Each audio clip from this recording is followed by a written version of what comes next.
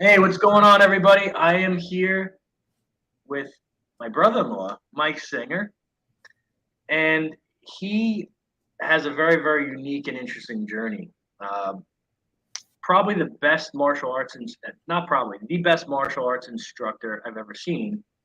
And I'm not just saying that because we're a family. And he basically bootstrapped. If you want to talk about bootstrapping a business and turning it into like a super viable multi-location like enterprise and then expanding from there, this is the guy. So Mike, take us a little bit. Thank you for coming on and take us a little bit through your journey, man. Thank you for having me. Yeah. The journey was pretty rough in the beginning. Um, Eventually, I started off as a martial arts instructor in my teenage years, and I was one of those employees that was taken advantage of a lot. Worked crazy hours, and if I was treated right and was paid right, and was really just had a better mentor, I probably would have been working for them for forever. But I got out of it and I wound up getting into finance for a bit, which is really good because I learned a lot of great lessons about just personal finance and corporate finance, getting into being a financial advisor and stockbroker, but didn't really enjoy it. Wound up reconnecting with an old friend of mine who I used to teach with, and he wanted to open up a martial arts school, and he didn't really have any money. I had a little bit of money. We put what we had together. It wasn't nearly enough, but we made it work. And it's really true. I mean, we started our business with less than $30,000, and it was one of those things where you don't get paid for a year. Like you're putting every single dollar you have back into the business to make sure that the lights stay on, the rent gets paid, anyone who's working for you, they get paid. And then, 9, 10, 12 months later, you get a tiny check at the end of the year. I mean, I remember when you were doing the build out. Yeah, we did everything ourselves. We did all the construction ourselves. We were there for 12 to 14 hours a day. Just I was so broke that I was calling friends to bring me sandwiches during the day so I could eat. Like it was pretty bad. I had to sell my car to make sure the landlord got paid because we were back by we were 2 weeks late, and they were freaking out because we had just opened up, Yeah. and we didn't know anything. We didn't understand pre-sales. We didn't understand first day closing and KPIs. We didn't have that information and that background to start. Yeah. But you had passion. Yeah. You Yeah, enjoyed it. I had a lot of passion and a lot of just drive to make it work. Yeah. So tell us how you went from one location to two, two to three, and now, and then what you currently have in addition to the martial arts facilities. Yeah.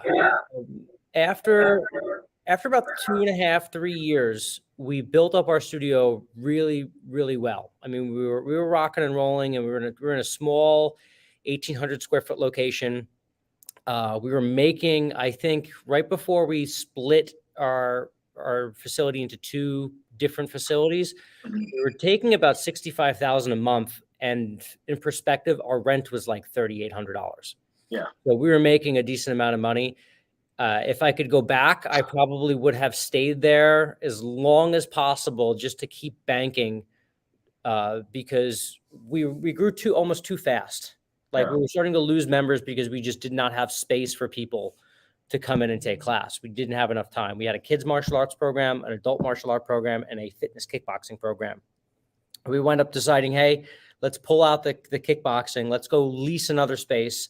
We'll make that a separate company. We'll have room to grow the other programs again, and then we can grow that.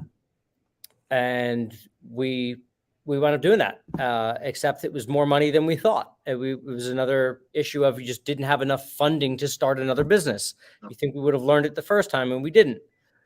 We should have had well over 100,000, and we weren't close to it. I think we had like 50 or $60,000, and we're opening up another. Like we could do this, and there's so many more expenses than you expect to get hit with when you open Yeah. up.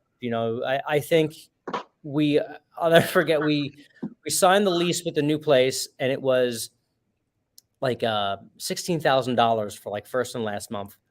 Yep. And then while we're there, he's like, "Oh no, it's 34. It's first last month plus security." Yeah. And we're like, "We thought that was," and like all the money we had saved like was gone. Gone. So then like, all right, now we got to go take loans out, find a way to finance the equipment, find a way to finance the flooring, figure out what to do with construction. It was a mess.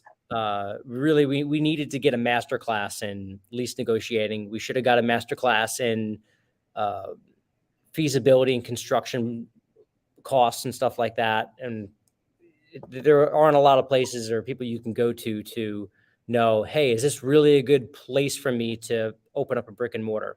Yeah. But eventually we wound up buying a location, another fitness kickboxing location, about 25 miles east.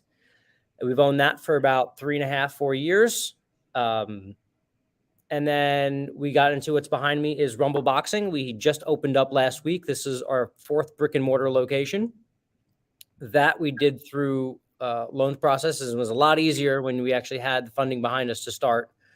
It's a lot less stressful having that. And then recently we purchased and acquired a music app for gyms so that gyms can actually play music in their facility without having to worry about licensing fees or being sued by BMI or some other company because you're playing music in your classes. Mm-hmm. We take care of all that for you.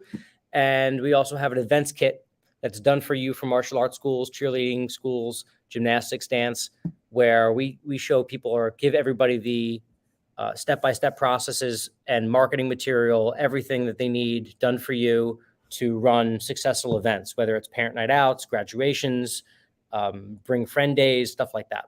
Nice. So it's 6 companies total involved in the industry. And I think we're looking probably to do like 2.5 this year, which is really happy. Nice. Yeah. That's across all locations? Across all the locations. Depends on how good this Rumble does. I mean, last year we did like 1.7.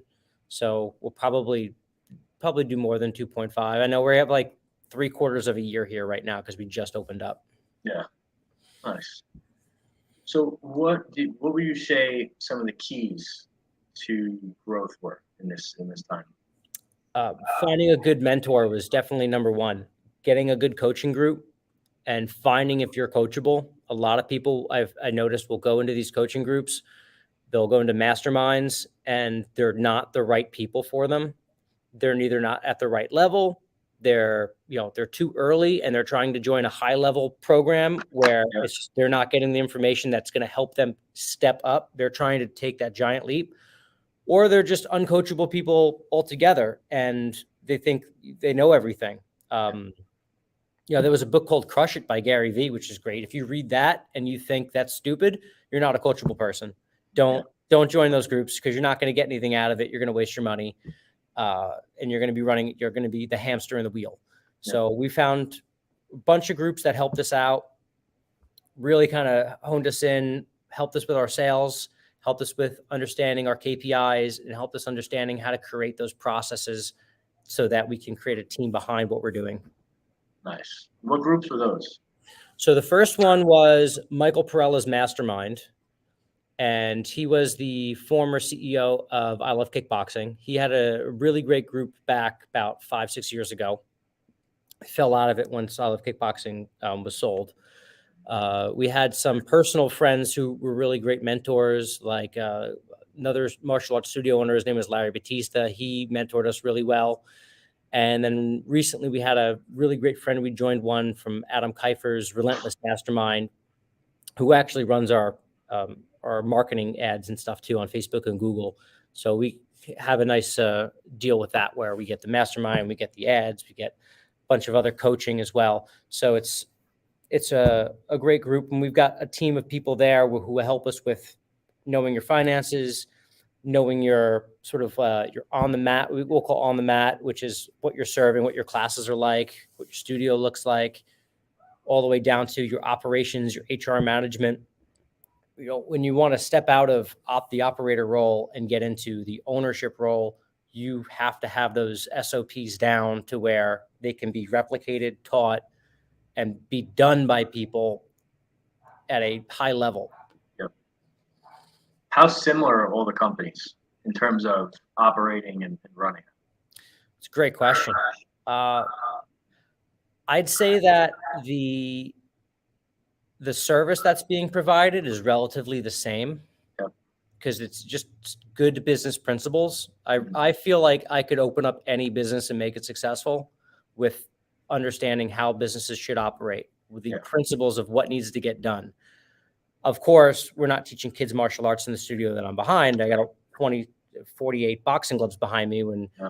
and in the next 30 minutes, I'm going to have 50 adults come in and they're going to be punching bags and lifting weights. It's a very different type of class, but the service and the way that we're handling, the way that we're following up with them after their class, our sales presentation is pretty much 95% the same, because we didn't need to reinvent the wheel here. We have a system that works. We understand relationship building, which is exactly what it is. It's a relationship business. And if you can do that, it's an easy mold to the next thing. Nice. And what are some of those KPIs that you guys track and monitor? Like, what do you think moves the needle in your business? Yes. So you're going to have three things mainly. I mean, the business model is pay, stay, and refer. So how many new people are coming in, enrolling, becoming members? So what's your new monthly growth on your negative billing? What are you losing versus what are you gaining? Yep. What's your attrition?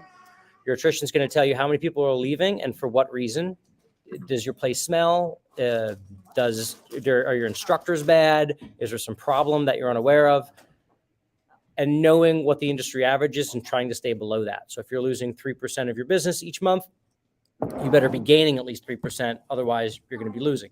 Yep. And your referral, and that's going to let you know how popular you are. People are going to bring in people they like to enjoy the things that they like. So if you have a good business and people like coming, they'll bring their friends.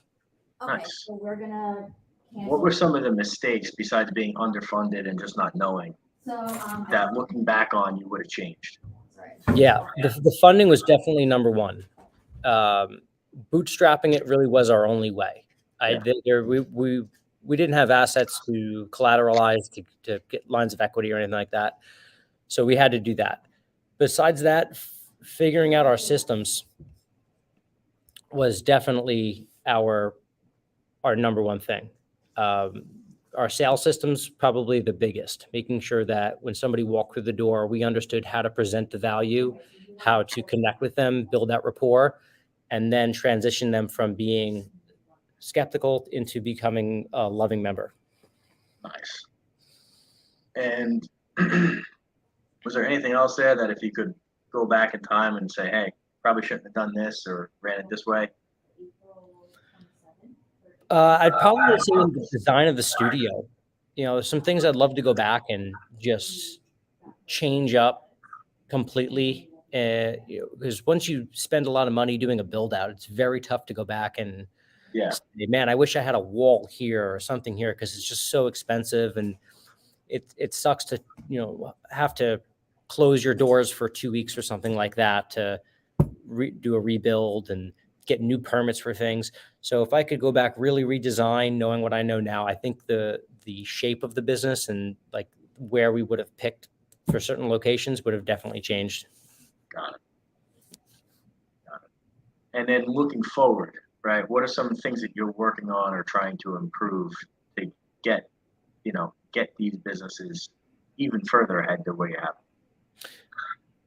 So one is making sure that our employees have a clear path to career instead of just a job, so that they understand what their roles are and how they move forward. Making sure they're getting paid the way they should be paid for those roles. And that obviously is going to come with you having those systems in place and the ability to get that success. Otherwise, again, you're in that hamster wheel.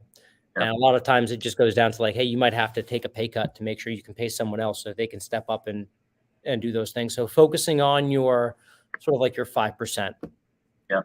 If you know that term from Beju Schooling, if it's not in your 5%, shouldn't be doing it. Give it to somebody else. Let them do it.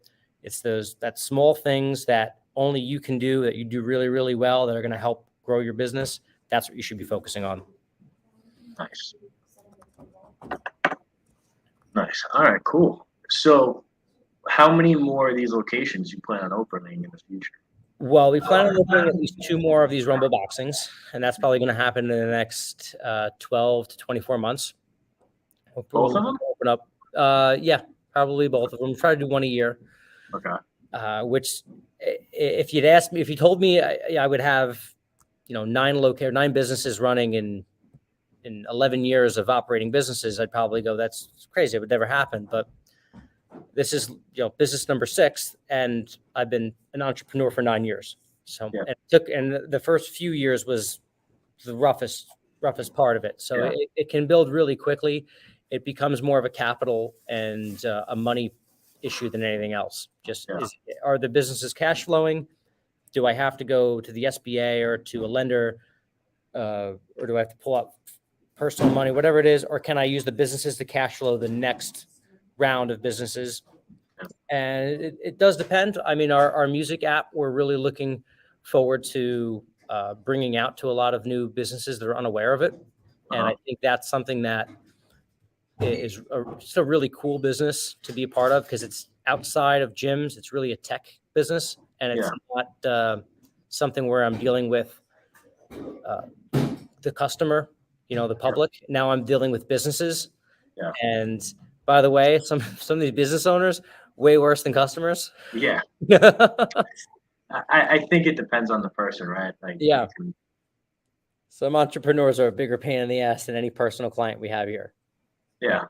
And I've seen it go the other way with people, right? Yeah. Like, it's just people management and people skills. And I've learned to fire people that just don't align with what you do. Yeah. You'll save yourself a lot of time, effort, energy, and headache, really, stress. Awesome, man. Awesome.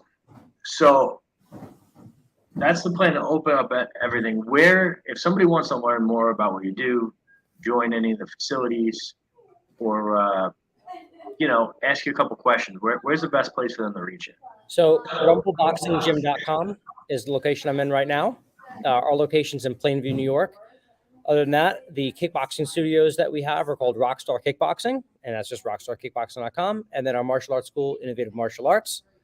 And the music app is Level Up Music. Nice. I love it, man. Well, hey, thanks for coming on and dropping this. I learned stuff today. I didn't know you had the music. I didn't know you had the music app. Yeah, that's it's a really, really cool thing. We're just relaunching it. There's a version of it in the App Store right now, but we're actually redesigning it. We've got a team of coders going in and rebuilding it so that there's no bugs and it's super efficient, and that all the reporting. I didn't understand how deep the tech stuff goes, and with licensing laws that go by each state that have to be applied, and by every song you're playing has to get submitted to different companies and agencies.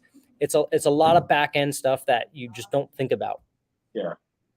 Yeah. Cool, man. Thank you for having me. Dude, thanks for coming on, and I'll see you in 2 days. 2 days, baby. Take care.